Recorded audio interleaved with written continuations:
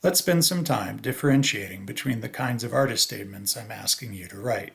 What I'm calling the academic or the full artist statement or just the artist statement is going to be a very different creature than what we're calling the exhibition statement. It really comes down to who is your audience and what is the function of the statement. What I'm calling an exhibition statement will actually work as your artist statement in a lot of contexts, not just hanging on the wall in your show, but also on your website and maybe in some applications as well. We're going to look at a couple of artist statements by the recently retired faculty member in Fibers, Tom Lundberg. Why are we looking at Tom's?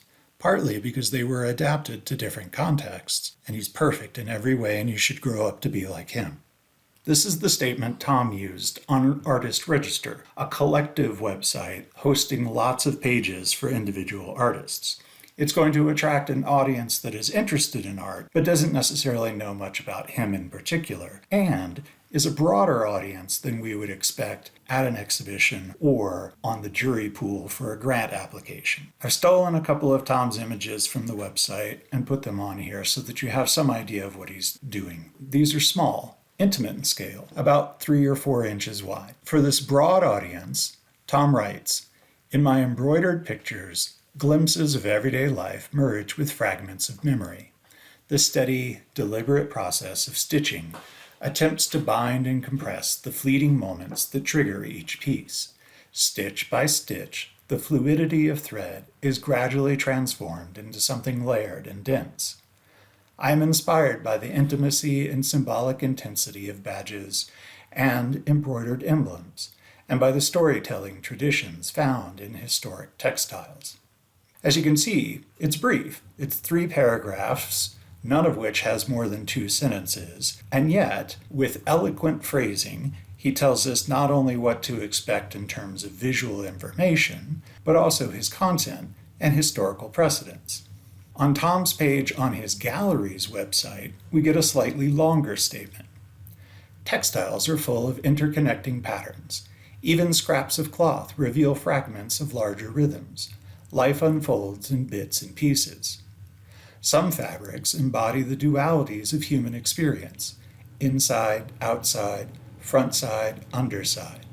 By the Middle Ages, sumptuous altar cloths and vestments were changed with each feast day and season of the church calendar.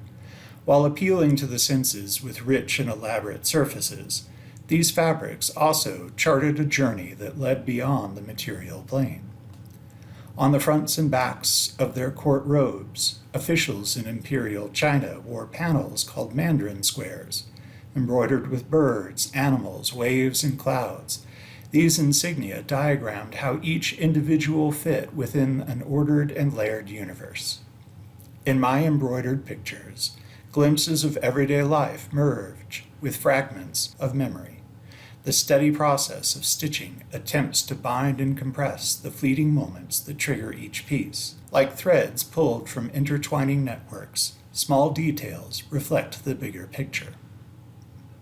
You can see that this one is consistent with the previous example, and in fact actually shares a sentence or two, but he's giving more context for the history and the motivation for the work. Citing precedents like the Middle Ages and Imperial China makes sense for the more focused audience that we're going to get on a dedicated website. He's also subtly indicating their worth and significance in art historical terms, which makes sense when you're at a commercial gallery website that is hoping that you'll buy the work. On Tom's personal website, he was using this larger statement. One thing that's interesting is that it shifts to the third person. Part of this is so that he can incorporate quotes from curators who have written about his work. This is a savvy move, and if you have curators who are willing to write your artist statement for you, go ahead and let them.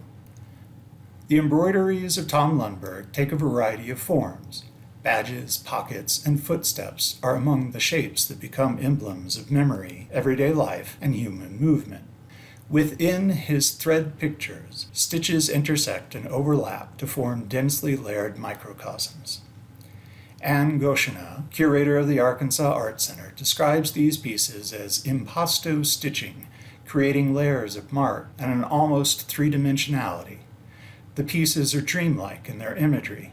Lundberg sees them as fleeting moments made concrete through the time and labor-intensive repetitive motions of stitching.